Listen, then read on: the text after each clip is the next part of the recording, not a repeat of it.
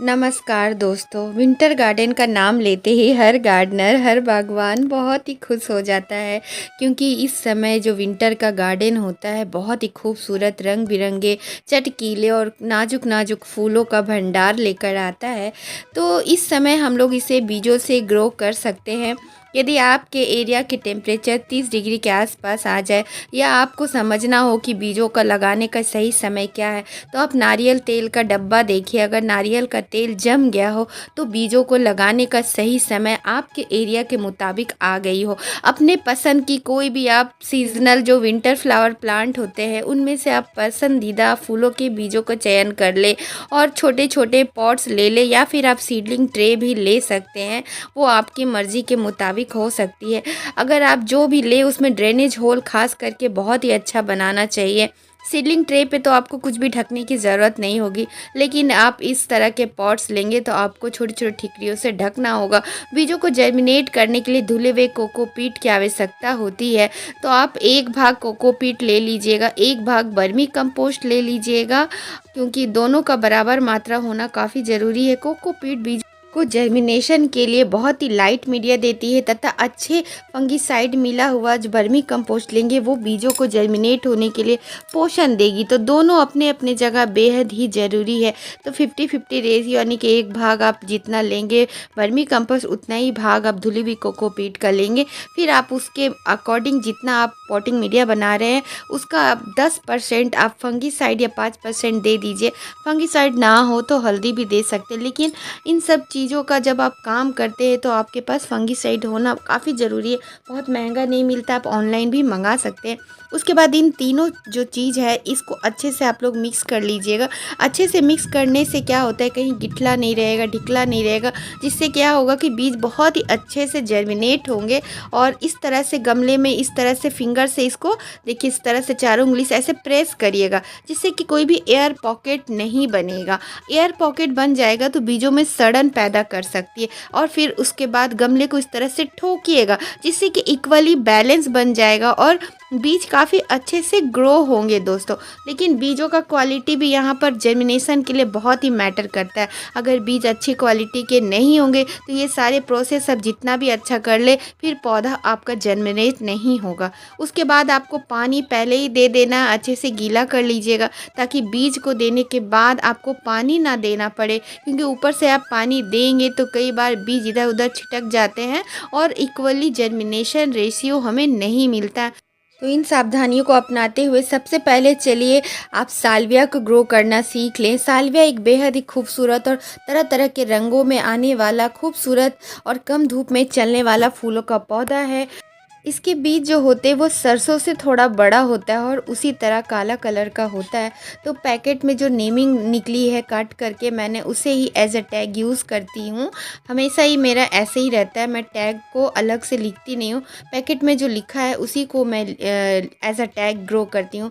फिर जो बीज निकलते हैं उनको इक्वली डिस्टेंस मेंटेन करते हुए उसको मिट्टी के ऊपर यानी पॉटिंग मीडिया के ऊपर इक्वली स्प्रेड करना है, उसे अच्छे से बिखेरना है। और फिर जो पॉटिंग मीडिया हमने पॉट में भरी है उसी से ही कवर करना है। बचे हुए बीजों को अच्छे से हमें स्टोर करना है।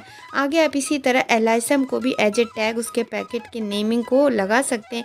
ये भी काफ़ी खूबसूरत और खुशबूदार फूलों का पौधा होता है। इसमें एक बहुत ही सुंदर भिन्नी भिन्नी माइल्ड सी खुशबू होती है, जो आपके गार्डन को एक तरोताज़गी सी फीलिंग देगी। बहुत सारा कलर में उपलब्ध होता है और ये कम धूप में भी खिलता है। जहाँ धूप की समस्या हो वहाँ भी ये आसानी से चलता है और धूप भी ये अच्छे से सहन कर लेता है।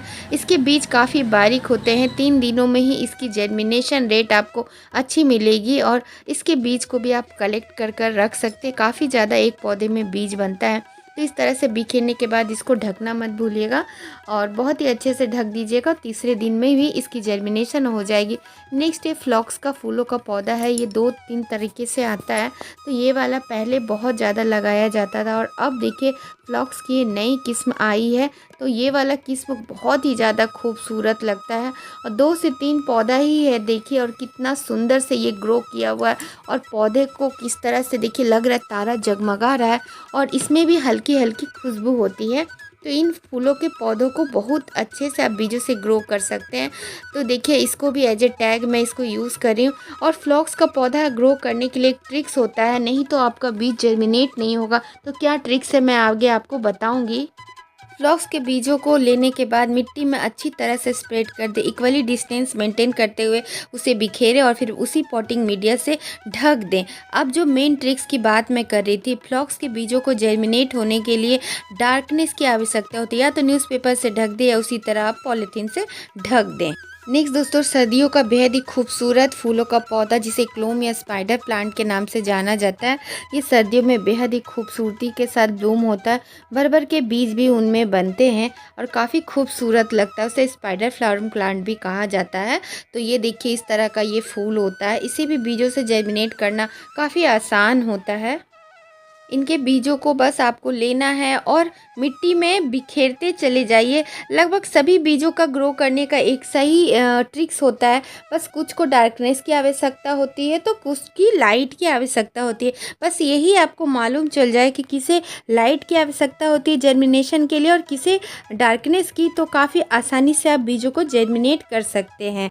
नेक्स्ट एक्रोक्लाइलम के बीज हैं। ये पेपर डेजी से थोड़ा अलग होता है इसके फूल, और इसकी जो फूल के पौधे होते हैं उनको वाटरिंग की काफ़ी ज़्यादा आवश्यकता होती है। ये मॉइस्चर को काफ़ी ज़्यादा प्यार करते हैं, तो इसके पौधे में पानी की कमी नहीं होनी चाहिए। बीज काफ़ी हल्के होते हैं, बस मिट्टी में बिखेरने मात्र की ज़रूरत होती है। इसके बीज हल्के होते हैं तो अच्छे से इसको सावधानी से स्प्रेड कर कर ऊपर से इसके जो पॉटिंग मीडिया हमने बनाई है उससे इसको कवर कर देना है। तो ये काफ़ी अच्छे से 4 से 5 दिनों में जर्मिनेट हो जाता है और इसके बीज बहुत ही अच्छे से जर्मिनेट होते हैं। फूल भी काफ़ी अच्छा खिलता है, लेकिन आपको इसके पौधे में मॉइस्चर का कमी नहीं होने देना है। सभी बीजों को एक साथ अच्छे से हमें स्टोर करके रखना है और सभी बीजों को एक साथ ही हमें लगाकर ख़त्म नहीं करना है। अगर पहला लॉट में हमें सक्सेस नहीं मिले तो हमने क्या गलतियाँ की हैं, तो सेकंड लॉट में हमें ज़रूर सक्सेस मिलती है। तो इसीलिए सारे बीजों को कभी भी एक साथ मत लगाया करिएगा दोस्तों। नेक्स्ट पिटूनिया के बीजों को भी आप इसी तरह से मिट्टी में बिखेर कर और ऊपर से पॉटिंग मीडिया से ढक दीजिएगा। इसके बीज बारीक होते हैं, तो जो बीज ज़्यादा बारीक होता है उसके ऊपर मोटी लेयर मत चढ़ाइएगा। तो बीजों के साइज़ के अकॉर्डिंग ही उसके ऊपर चढ़ाया जाता है लेयर। और नेस्टेशियम भी काफ़ी खूबसूरत फूल होता है। इसकी पत्तियां भी बेहद ही शानदार होती हैं। वेरीगेटेड और नॉन वेरीगेटेड दोनों तरह के आते हैं और रंग बिरंगे कलर्स में उपलब्ध होता है। नर्सरी में सारे कलर्स के सीडलिंग्स नहीं मिलते हैं, तो आप बीजों से ग्रो करेंगे तो बहुत सुंदर सुंदर कलर आपके गार्डन में देखने को मिलेगा। इसके बीज मटर के दाने के जैसा बड़ा बड़ा होता है। इक्वल डिस्टेंस मेंटेन करते हुए इसे जितने बड़े साइज़ का बीज होता है उसके उतना ही नीचे बनाकर उसको मिट्टी के नीचे दबा देना है, जिससे कि उसकी जर्मिनेशन आसानी से हो सके।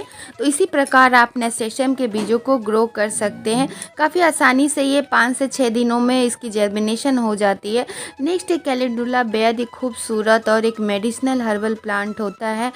ये बहुत ही हार्डी और लो मेंटेनेंस फ्लावर होता है। काफ़ी आसानी से इसके बीज जर्मिनेट हो जाते हैं। इसके बीज जो होते हैं वो देखने में बिल्कुल सौंफ के जैसा दिखेगा। इसके जो बीज होते हैं वो 4 से 5 दिन लगता है जर्मिनेशन होने में। काफ़ी आसानी से ये जर्मिनेट होता है। इजी टू ग्रो प्लांट होता है। बस इसके जब फूल होते हैं उसको हमें डेडेट करते रहना चाहिए, जिससे कि बहुत ही अच्छे से इसकी ब्लूमिंग देखने को मिलती है। बीज बहुत जल्दी इसमें बनता है इसके पौधे में। और बीज को मिट्टी में बिखेरने के बाद उसके ऊपर ढकना मत भूलिएगा। एक हल्की सी पतली सी लेयर से हमें ढक देना है, जिससे कि ये काफ़ी अच्छे से जर्मिनेट हो जाता है। तो 4 से 5 दिन जर्मिनेशन में लगती है। और दोस्तों कभी भी हम लोगों को सीडलिंग के ऊपर कभी डायरेक्ट बहुत ही तेज़ धार से पानी नहीं डालना है, इस बात का ध्यान रखिएगा। आगे मैं वीडियो में आप लोगों को बताऊंगी सीडलिंग के ऊपर कैसे हमें पानी डालना है। तो ये जो आप लोग देख रहे हैं बरबीना का खूबसूरत सा फ्लावरिंग प्लांट है और ये सारे बीजों से ही मैंने ग्रो करी हुई है। मैं ज़्यादातर विंटर प्लांट्स को अपने बीजों से ही ग्रो करती हूँ। जिसकी सीडलिंग्स मुझे नहीं मिलता है, जिसके बीज नहीं मिलते हैं या जो बहुत ही ज़्यादा कूल टेम्परेचर में ग्रो होता है, तो उसके ही सीडलिंग्स मैं ख़रीदना पसंद करती हूँ। तो इस तरह से लंबे लंबे लकड़ी के डंठल के जैसा इसका बीज होता है, काफ़ी बारीक बारीक जीरे के जैसा।